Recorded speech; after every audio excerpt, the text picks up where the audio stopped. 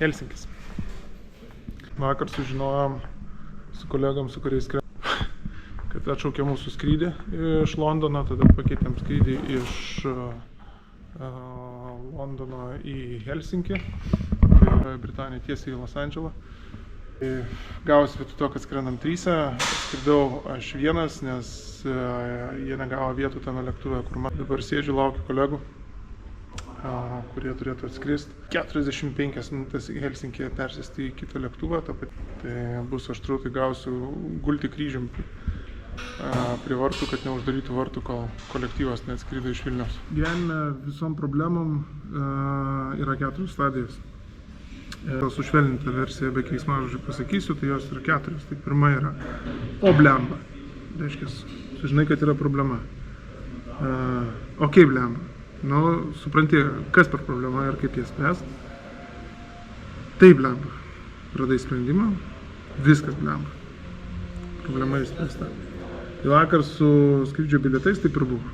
O blemba, okei blemba, tai blemba. Ir viskas blemba. Nu, tikėkime, nereikės kartuoti. Tik rašiau apie 4 stadijas, grįžom prie 1, bet potencialiai skambino kolektyvas iš Vilniaus. Sako, žinok, mūsų skrydį pavėlino 45 minutėm.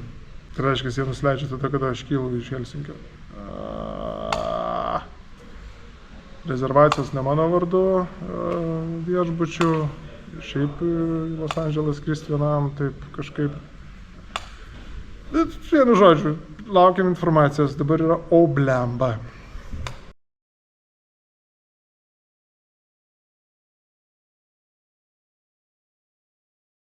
O blemba.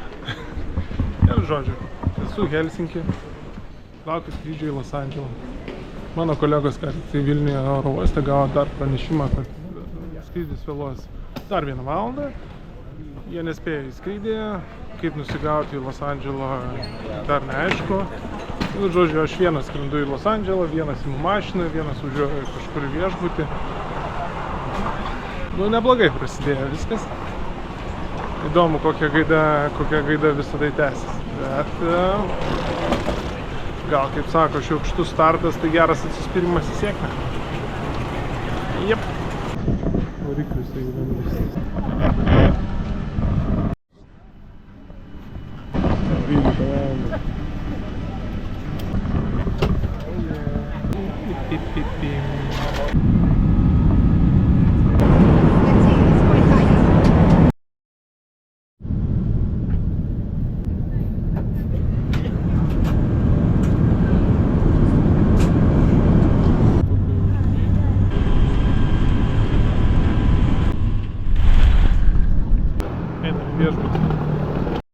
Atvažiavo, nenorėjo leisti jomoje, būčiau gatvėje miegojęs arba parkinge. Tai jis tai kaip kokia parduotuvė, kaip senovinė krauja. Pirmas vakaras Amerikoje, pasiėmiau Ginesą.